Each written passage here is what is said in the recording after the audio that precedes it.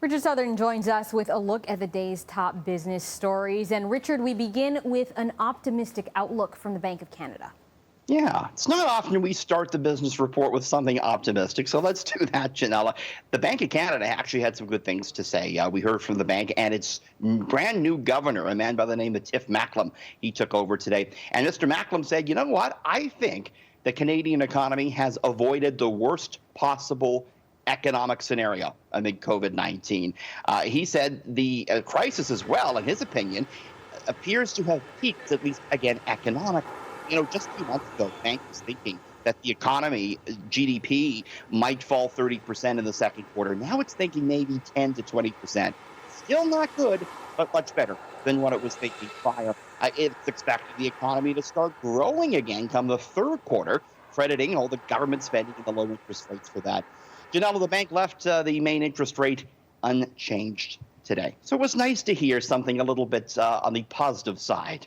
I gotta say that actually surprises me a little bit because it still feels like we're not in the clear quite yet. A lot of businesses have shut down, a lot of people without jobs, and we're still kind of in the eye of the storm. We haven't even seen where the dust is really going to settle. Try telling one of the millions of Canadians who have lost their job that, hey, that's not as bad as we expected. They're going to say it's pretty bad, and millions of Canadians have lost their jobs. But I guess the bank is saying it could have been even worse, Janella. Got it. Okay. We've been seeing, all of the unrest south of the border, but despite all of that, the U.S. markets are continuing to grow.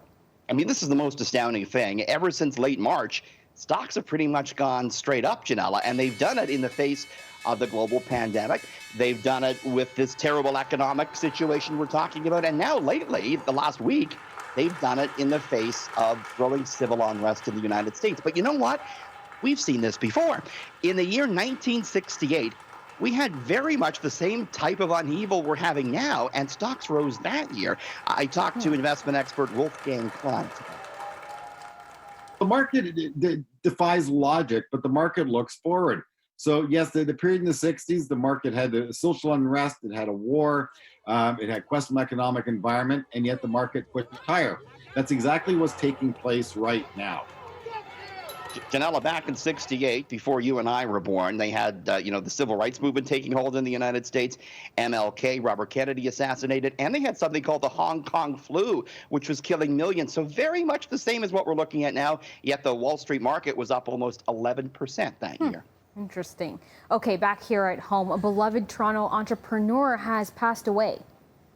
Yeah, this is sad. And, it's a company we interviewed here on the segment just a couple of weeks ago, Janella. Tom Brazier, who owned and operated Tiny Tom Donuts, has passed away. He was 73, Janella. Tiny Tom, of course, a staple at the CNE and other summer events. I got a statement from his family today, and it said, quote, Tom's family would like the city of Toronto. I would like to thank the city of Toronto for making us part of their summer tradition every year. The Brazier family will be carrying on Tom's legacy.